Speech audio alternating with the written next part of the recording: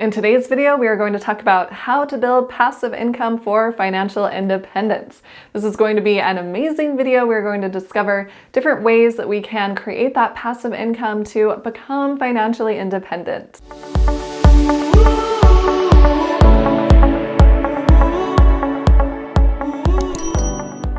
All right, how are we going to build our passive income to become financially independent? Let's first define what financial independence means, and then we're going to talk about different ways to create that passive income. Financial independence to me means being able to live the lifestyle you desire without having to work for money or rely on someone else to make money for you. If you can create that passive income and have it last throughout your retirement years, then you have become financially independent. You no longer have to trade time for dollars. First off, what is passive income? Passive income means you are making income without trading time for dollars. You aren't actively working for the money. This could include rental income from real estate properties.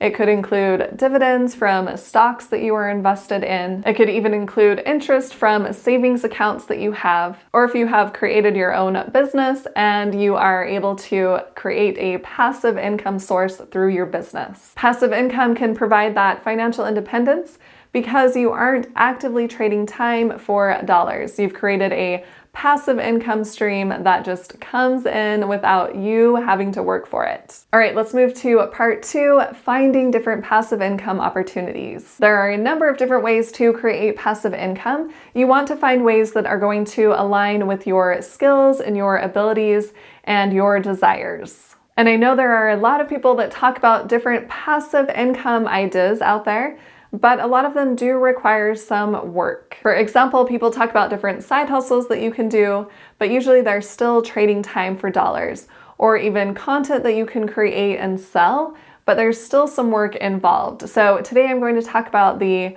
most passive ways, and they aren't entirely passive, but I feel like they are on the higher end of being passive. The first one that I want to talk about is investing in real estate. I've been able to invest in real estate and create that passive income. And yes, it is more semi-passive, but you can make it even more passive if you hire a property manager to manage your properties for you.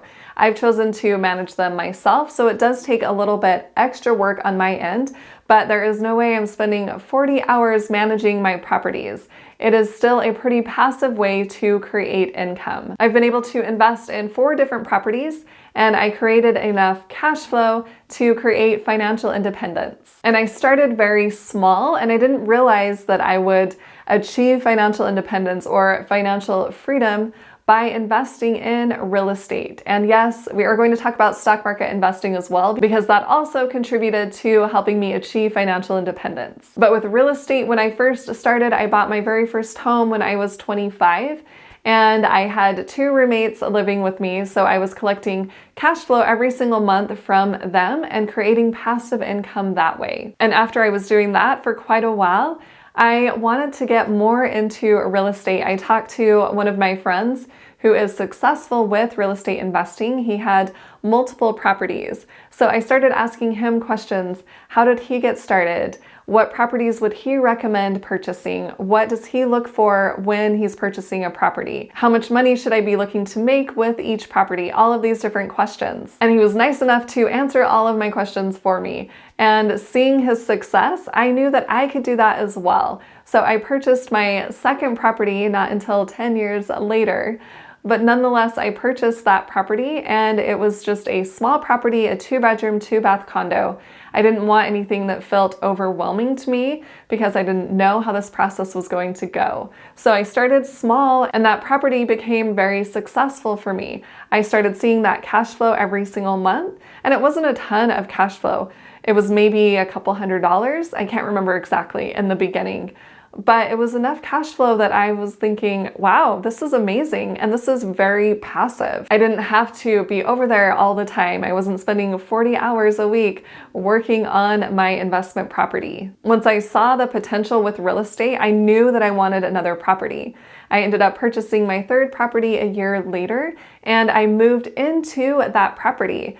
And by moving into it, that meant I did not have to have a 20% down payment. If it was strictly a rental property, then I would need 20% down. But I only put 5% down on my third property, which helped me get into that property even sooner. I didn't have to save up for as high of a down payment if I was saving for that 20%. And when I moved into that property, I left my roommates at my old place. I kept that property, and then I replaced myself with a new girl there. So that property started creating positive cash flow for me, as well as my second property. And then moving into that third property, I ended up getting roommates. So I was creating even more cash flow, and I finished the basement in that property. I moved into the basement so I could have kind of my own space down there. And then I rented out the 3 other bedrooms. So for that property, my roommates were paying me to live there. And that was amazing. And this is when I started learning about the FIRE movement, Financial Independence Retire Early. And I saw people that were retiring early. They were becoming financially independent at young ages. This got me really, really excited. So I started running my own numbers, and I figured out if I purchased one more property, then I could become financially free. So that's exactly what I did. I purchased that 4th property and I became financially independent. And honestly, these properties have not taken that much of my time. Since I do have extra time, I've chosen to manage them myself. I could get a property manager, but I've chosen not to do that and just manage them on my own. But they've all been positive cash flowing properties, which is completely amazing. And I didn't have to have $500,000 to get into a property. I had that 5% down payment and a 20% down payment. So investing in real estate is very nice because you can leverage other people's money. You can work with a bank and get that mortgage, put a small percentage down and own the property and start creating cash flow from owning that property. And not only that, those assets are going to appreciate over the long term. So when I'm ready to sell them, I can sell them for a profit. And speaking of selling, I did sell one of them already. If you're curious why I did that, I do have a video. I'll leave a link above. All right, let's move to part 4, another way to build passive income for financial independence. And this one is to invest in the stock market or other assets. I found the stock market to be a really easy way to create completely passive income. This is completely amazing because you do not have to spend any of your time working on your investments. You can automate stock market investing. And if you want to know how to do that, I have a free masterclass for you. I will leave a link below in the description. The stock market is such an easy way to create passive income. And I know a lot of people think, oh, maybe I should try something else. The stock market isn't very exciting. But here's the thing, if you want to build wealth very simply, then invest in the stock market. It's a very easy way to do that, and it works. Creating passive income isn't all about the excitement.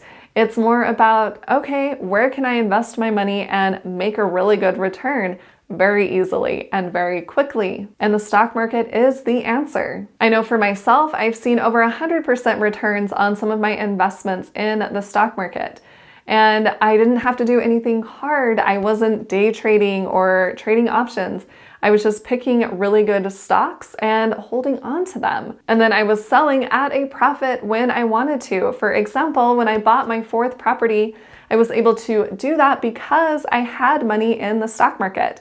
I had invested money in my brokerage account years before, and I was able to pull some of that money out and put it toward my down payment on my property. Comment below and tell me if you have already invested in the stock market. And if you haven't yet, but you really want to, make sure and click that link below for my free masterclass so I can help you do that. All right, let's move to part number 5 for passive income. And this one is creating passive income through interest. And this is not going to be a super high return, although there are some really good interest rates out there right now on savings accounts. But you want to make sure that you have an emergency fund, and you want to keep that emergency fund in a high yield savings account so that it can earn a little bit of extra income for you, create a little bit of passive income. The emergency fund is going to be very beneficial when that emergency does come up because something always comes up. But while it is just sitting there in the bank, it can be earning you a little bit of passive income. And depending on how much you have, that could be even $100 a month, which would be $1,200 a year. There are quite a few things you can get with $1,200. Comment below and tell me where you are keeping your emergency fund. I like keeping mine at Ally. They have a pretty good interest rate on their savings account. They also have different buckets that you can separate your savings account into. So it's all inside one savings account. But if you are saving for something in particular, for example, a trip to Italy, then you can have your savings account broken into different buckets. So you can label one of those buckets Italy trip, and then maybe another one taxes if you're saving for taxes if you have your own business. Or another one can just be that emergency fund, so you don't touch that bucket until you have an emergency. Comment below and tell me which way you are going to create passive income. And if you do want help creating that passive income in the stock market, make sure and click that link below and watch the free masterclass. If you found this video helpful, please hit that like button and share it with someone else who would like to hear this information. And hit the subscribe button to subscribe to my YouTube channel, and hit the little bell to get notified on when I post new videos. And if you want to see even more content from me, make sure and check out the videos on the side of the screen. Thanks so much for watching. I'll see you in the next video.